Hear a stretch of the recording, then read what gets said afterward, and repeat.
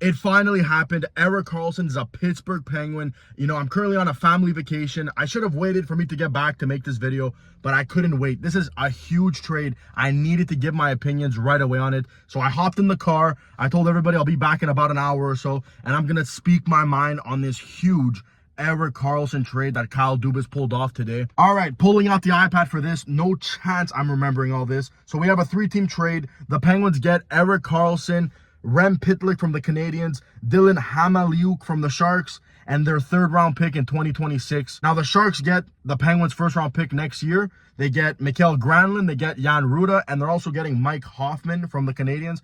And the Canadiens are getting the Penguins' next year's 2nd-round, or 2025 2nd-round pick.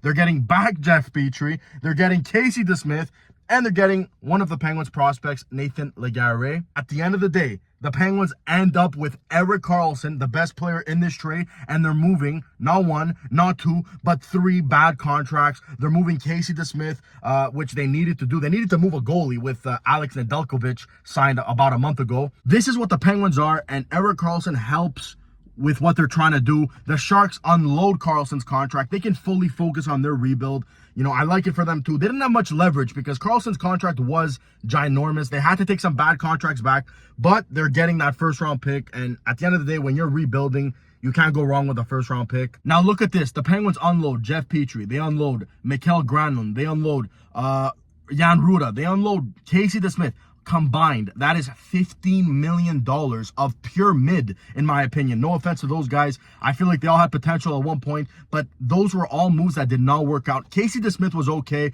He had a lot of ups and downs, but when you look at everything, the Penguins needed to make a change at goaltending. If you're not going to move your starter, at least, you know, it doesn't hurt to move Casey DeSmith.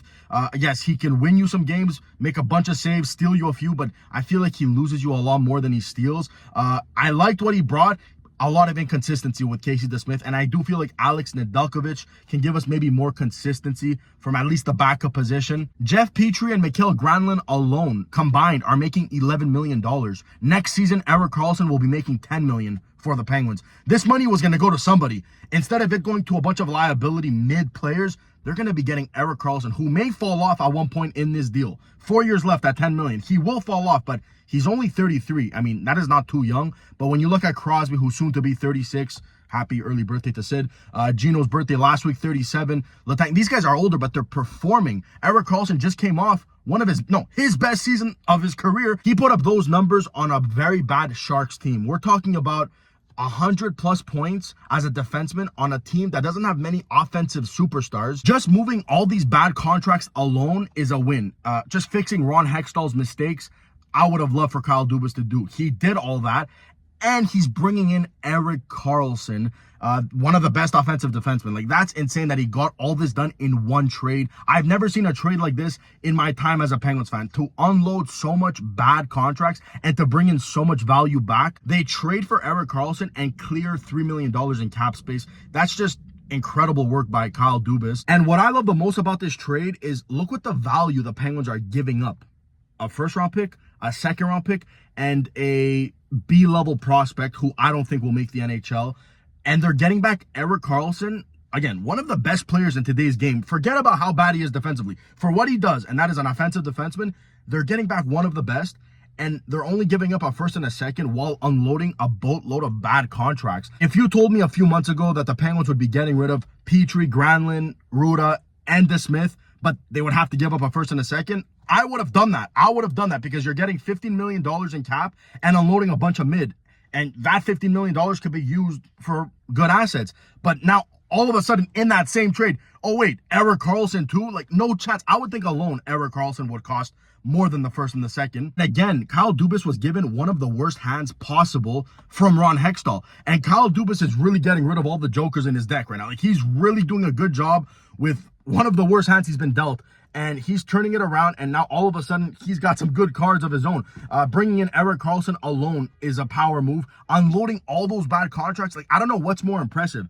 Trading for Erik Karlsson or getting rid of $15 million worth of bad Ron Hextall contracts. As Penguins fans, we're getting Erik Karlsson on a team with Crosby, Malkin, Letang. Like, I don't care about his bad defensive play. Just look at all the positives he brings to the table and how much he helps this team. Are you kidding me? Just look at the 5v5 now all of a sudden. For 50 minutes of a 60-minute hockey game, you're going to be having Erik Karlsson or Chris Letang on the ice for 50 minutes of your 60-minute hockey game. They're both going to play around 22 minutes. That's what I would do at least. And that would leave you with 10 minutes of just your third pair playing. And at any point when Karlsson's on the ice, which will be, again, around 20 to 25 minutes, he can make magic happen. Not just getting the points that we all know he can get, right? 100 points last year. Not just getting that, but just think of the, offense gets controlled from the back end, the breakout passes, all the odd man chances that the Penguins are going to be getting, all those, or should I say odd man rushes, I should say, all the breakaways, just random offense will be getting generated out of nothing. And that's going to be all with Karlsson or Letang on the ice. 50 minutes out of the 60-minute hockey game. Karlsson tremendously helps your 5v5. And let's talk about that garbage power play we had to watch last year as Penguins fans. And keep in mind, the Penguins missed the playoffs by 1 point last year. A decent looking power play could have been all they needed to make the playoffs. And now they're adding one of the best quarterbacks of a power play in the entire league right now. I think that's going to make the complete difference, is how good the power play will be now. Now, I do want to touch up on the whole Karlsson is terrible defensively thing, because I do agree. But we're not getting Karlsson for his defense. And look at what makes up for it. Look at that offense you're getting. That makes up for the terrible defense. You know, at least they're not getting mid-defense, mid-offense, which is basically what the entire Penguins defensive corps gave them last year. The Petries, the Rudas, these guys don't do anything. They're liabilities on the ice, and they don't give you nothing offensively. Okay, at least Karlsson will be a liability, but look at what he gives you offensively. And one thing that none of us will mention, because we're all looking at how good Karlsson is and how good his production could be, another very underrated thing. Look how bad the bottom six was last year. Take that bottom six and throw Erik Karlsson in the mix. I think they're way better offensively. Not saying they're great. They're still going to be bad. But what a bad bottom six can do all of a sudden with a good offensive defenseman controlling and dictating play all of a sudden.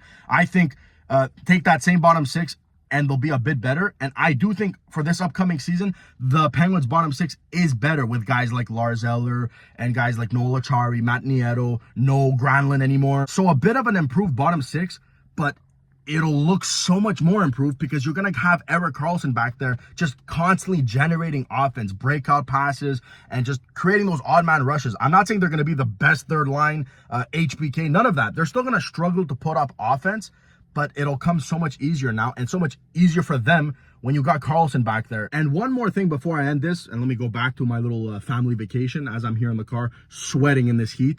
But one more thing.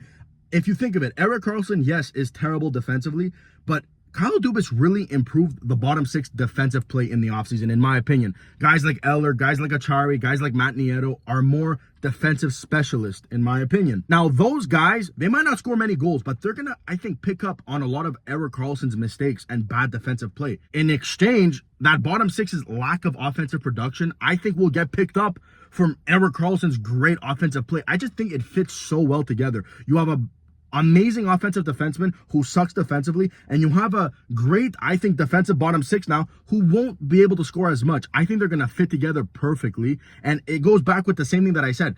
Erik Karlsson's going to play 20, 25 minutes a night. Chris Letang is going to play 20, 25 minutes a night.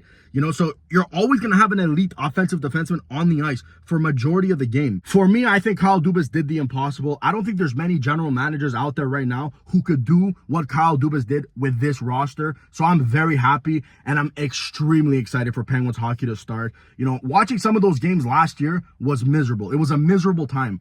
I'm so excited to watch Penguins hockey this year. Whether they make the playoffs or not, honestly, of course I care. But as long as the product on the ice will be enjoyable to watch, and I do think right now, the Pittsburgh Penguins will be a fun team to watch. Will they win? Will they lose? Hey, we'll talk about that when the season starts. But as of right now, I'm extremely excited to watch the Penguins play next year. And as always, I'd like to hear your thoughts. Throw it all in the comments. I will be reading it. Again, thank you for watching, and I'll catch you guys in the next one.